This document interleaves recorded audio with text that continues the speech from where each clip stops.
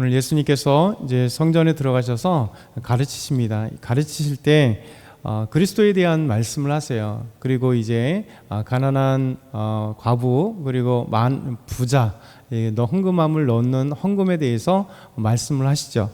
오늘 첫 번째 우리가 생각해 볼 게 예수님은 다윗의 자손, 다윗의 후손으로 오십니다. 근데 예수님께서는 본질적으로 주라고 하는 다윗의 자손의 곧 그리스도가 주라고 하는 말씀을 우리에게 하십니다.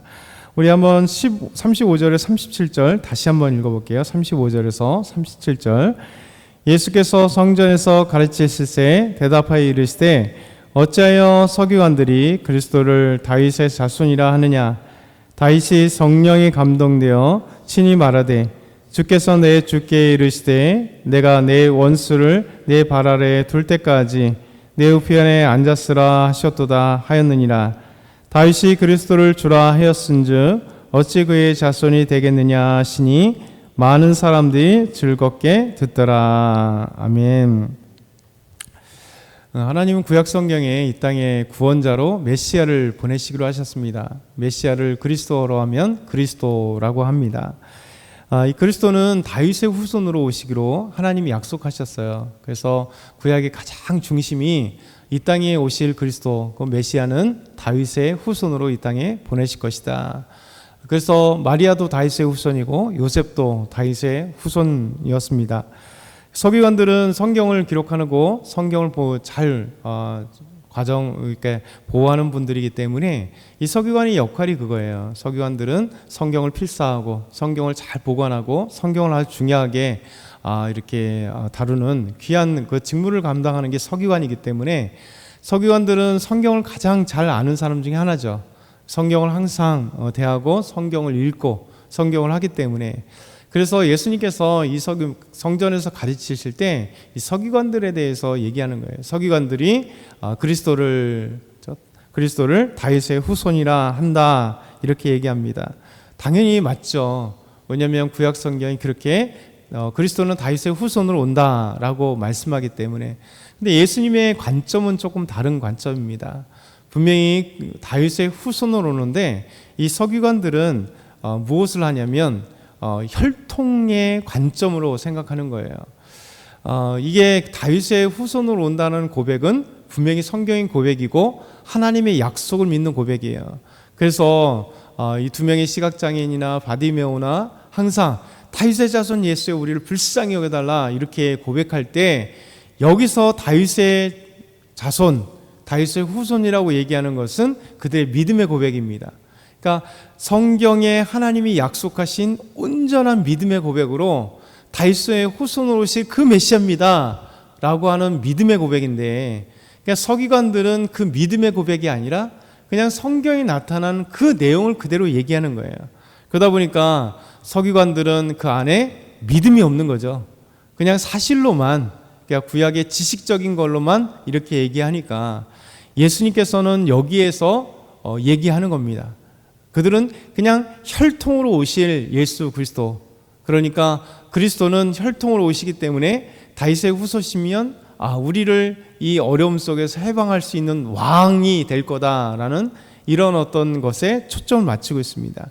근데 예수님은 이 서기관들을 그렇게 혈통으로 오는 그리스도의 후손, 다윗의 후손에 대해서 얘기하는데 본질에 대해서 예수님 말씀을 하세요. 그 본질은 뭐냐면 바로 너희를 위한 주시다라는 거예요. 주. 그래서 예수님께서 이 다윗의 자손이 아닌 주의 초점을 맞춘 그리스도에 대해서 이렇게 얘기합니다. 주께서 내 주께 이르시되, 그러니까 다윗 성령의 감동에 되어서 이렇게 얘기했다. 다윗이 이렇게 성령이 감동이 되니까 주께서 내 주께 이렇게 얘기하는 거예요.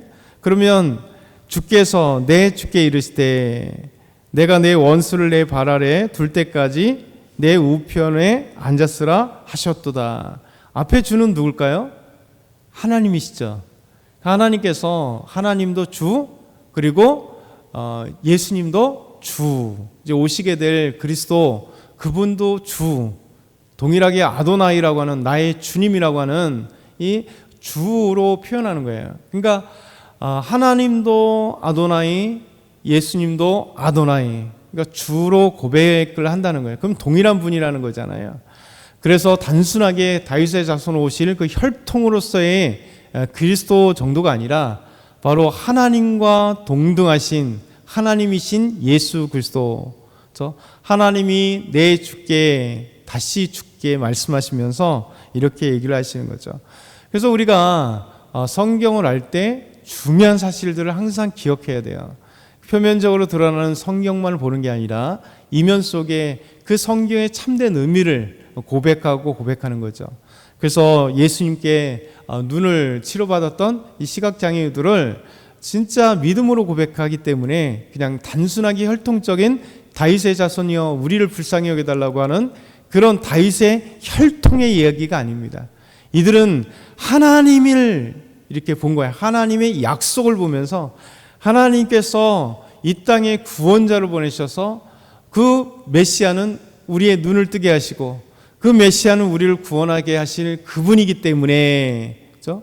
그래서 이들의 고백들은 혈통으로서뿐만 아니라 그 존재 자체에 대한 믿음의 고백이었기 때문에 예수님께서 그들을 치료하시고 그들을 칭찬하시고 성경에 그들의 그 사건을 기록하게 하시는 거예요. 근데 서기관은 그냥 단순하게 지식적으로 이 혈통에 그냥 매여 있는 것.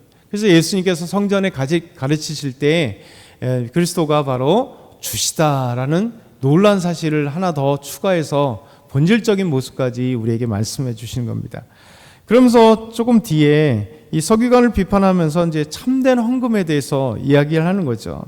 서기관들은 회당의 높은 자리와 잔치의 윗자리를 원하고 과부의 가산을 삼켜버리는, 그러면서 길게 기도하는 외식하는 자들이 서기관들이다 이렇게 얘기하세요. 그러니까 서기관들은 당시의 사람들에게 되게 존경을 받는 거겠죠. 항상, 왜냐하면 윗자리에 있다는 것은 그만큼 권세가 있는 사람들이기 때문에, 잔치를 딱 하면 다 자리가 있잖아요. 어떤 큰 행사를 하면, 행사를 하면 딱 자리가 이렇게 딱 자리를 하는 거죠. 그래서 딱 그 자리에 순서가 있습니다. 장관이든 국회의원이든 시장이든 구의원, 그다음에 시의원, 이렇게 딱딱딱딱 자리가 있어서 그 자리들을 딱 포맷을 하는 거예요. 그래서 보이지 않는 높은 직급부터 시작해서 그 자리를 딱 놓는 거죠. 그러면 나머지는 여기에 앉는 거죠. 그러니까 이 서기관들은 자기의 높은 자리, 딱 그 자리에서 사람들에게 존경을 받는, 그만큼 바리새인이나 서기관들은 당시에 사람들에게 있어서 존경을 받는 자리, 그 다음에 인정받는 자리, 높은 자리에 있는 사람들입니다. 그러다 보니까 자기 항상 회당의 높은 자리, 잔치의 윗상, 윗자리.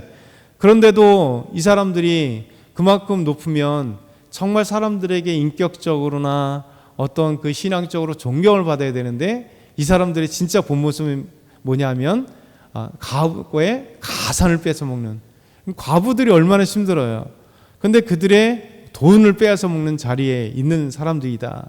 그러니까 겉과 속이 너무 다른, 그리고 기도도 정말 하나님 앞에 온전한 기도를 해야 되는데 그냥 길게 기도하는 바리새인과 똑같죠.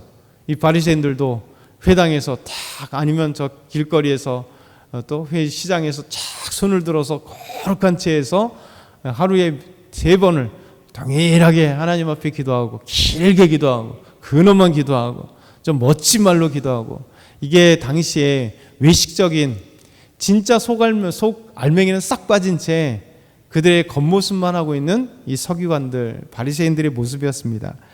그러면서 이 서기관들, 과부의 가산들을 빼앗아 먹는 이 자들, 종교의 그 타른스어 때 정말 사람들에게 이 포악질을 행하는 이런 자들을 향하여 예수님은 헌금에 대해서 얘기를 하세요. 헌금이 어떤 것인가? 그러니까 헌금, 이제 성전에서 지금 가르치고 있으니까 성전에 들어갈 때 이제 헌금함이, 이제 당시에는 헌금함이 있는 거예요. 돌로 된 헌금함이 딱 있습니다. 그러니까 들어가는 입구에 헌금함이 있기 때문에 예수님께서 앉아서 그 헌금함에 헌금하는 사람들의 모습을 보는 거예요. 그러다 보니까 이제 많은 사람들이 들락날락 하겠죠, 성전에. 그러면서 여러 부자들이 들어가면서 그들은 이제 많은 돈이 있으니까 헌금함에 넣는 거예요. 그러면 아까 돌로 됐다 그랬잖아요. 돌로 되면 우리나라처럼 지금 지폐가 아닙니다. 당시에는 이 당시에 돈은 다 이렇게 금화나 은화나 아니면 철로 된 이제 구리로 된 이 돈들이었기 때문에 이 돈들을 넣으면 어떻게 됩니까? 소리가 나요. 그러니까 이 달란트 같은 건 큰 돈이 커요. 그렇죠? 그래서 로마 황제의 형상이 들어가는 이 달란트는 돈 달란트가 있고 무게 달란트가 있는데 돈 달란트는 큽니다. 그러면 금 달란트 같은 경우는 또 크고, 그렇죠? 그다음에 그 나머지 이렇게 돈들의 차이점이 있기 때문에 들어가면서 떨어지는 소리가 달라요. 똥똥똥똥똥똥. 그렇잖아요. 크기가 다르니까, 두께도 다르고 크기가 다르니까 얘 누면 이게 몰래 이렇게 보이지 않게 해줘도 소리가 들리는 거예요. 그러면서 부자들은 그 넣는 소리를 다 듣게 되는 거죠. 딱 넣으면 큰 돈 똥똥똥똥 소리가 똥똥똥 넣어나는 거죠.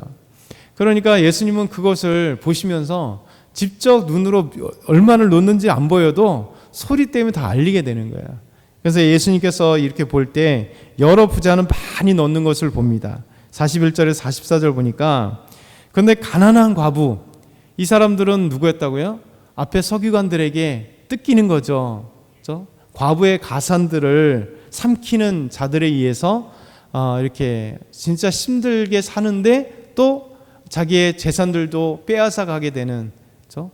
그런 과부가, 그것도 가난한 과부가 성전에 들어와서 그 사람은 2렙돈, 곧 한 고드란트다. 이게 2렙돈은 뭐냐면, 그러니까 우리나라로 하면 이제 렙돈이 어느 정도 크기냐면, 이제 여러분 그 옛날 5원짜리 있죠. 5원짜리 정도만한, 그건 두께는 조금 더 두꺼운데 5원짜리만 해요.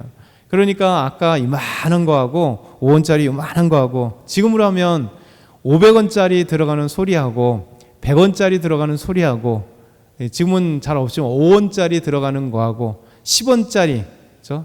옛날에는 10원짜리 컸지만 요즘엔 또 조그맣잖아요. 그 10원짜리가 들어간 소리가 다 다를 거잖아요. 땡땡땡땡 퉁퉁퉁퉁.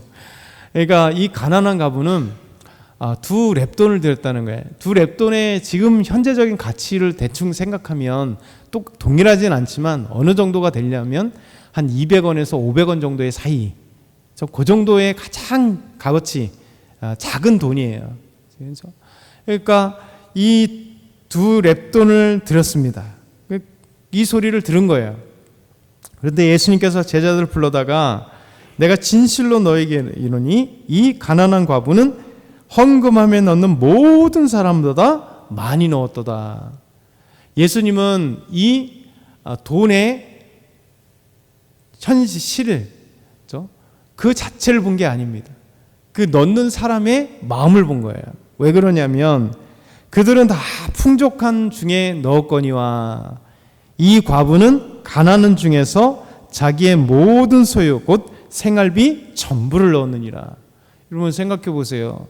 이게 많은 중에, 부자들은 많은 중에 자기가 가지고 있는 일부를 그냥 넣은 거예요. 근데 이 한 가난한 과부는 2렙돈, 지금으로 하면 200원에서 500원 정도 사이 되는 정말 이렇게 작은 돈인데 이게 그 여인의 생활비 전부라는 거예요.